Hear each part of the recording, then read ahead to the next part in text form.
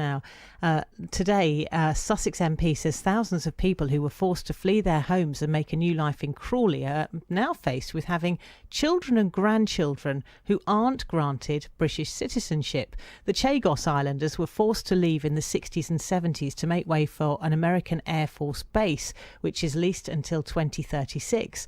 Now, the Crawley MP says his new bill would seek to ensure that children being born to Chagossians over here are no longer treated as immigrants. Henry Smith spoke to BBC South East today and told us why this issue is so important to him. Well, those who were born on the British Indian Ocean Territory, the Chagos Islands, before they were exiled by the Harold Wilson government in the late 1960s to make way for a US military base, they are entitled to British citizenship. But many of their descendants who, through no fault of their own, have been evicted to countries like Mauritius and the Seychelles, don't have that right of British citizenship through no fault of their own. Had they been allowed to stay on their homeland, then they would have been born there and been UK citizens like you or I. So really there's an anomaly in the law which is creating a great deal of unfairness, and my bill presented to the House of Commons today seeks to address that. Now, there's been a wider issue to all of this as well, hasn't there? The attempts to get the Chagos Islanders back to their homeland. What's the latest with that? Have you given up on that issue? No, certainly haven't given up on that issue. People live near military bases all around the world, and indeed in this country, without there being any security risk.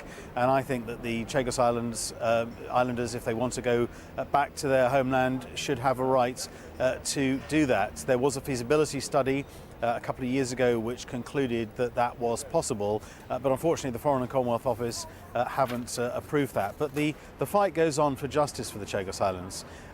They are a community who have suffered greatly over the last half century, and these are Britons, and they should be treated with respect.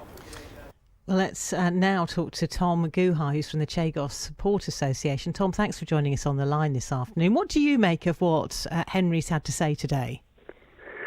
I think it's a really, really crucial issue that has sadly not featured in any of the coverage about the Chagos Islanders over recent years. What Henry's bill proposes is nothing radical. It doesn't propose we treat the Chagos Islanders with any kind of special status. It simply reinstates a citizenship status that they have lost as a result of a brutal and illegal exile 50 years ago.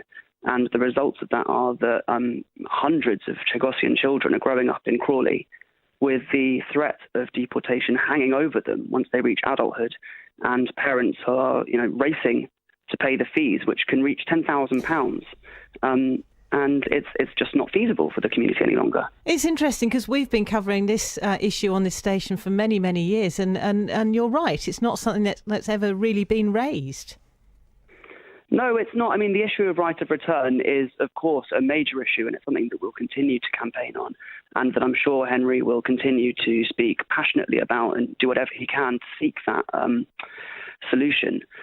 But meanwhile, the Chagossian community in Crawley and elsewhere in the UK continue to face a whole host of issues. They're disproportionately affected by poverty. Unemployment is rife, and it's no wonder. I mean, Chagossian families are spending £10,000 on each child to acquire British citizenship for them. If that's not going to hinder your ability to flourish as a community and contribute to society, then I don't know what else would. Well, Tom, thank you very much indeed for joining us on the programme. Interesting news there. And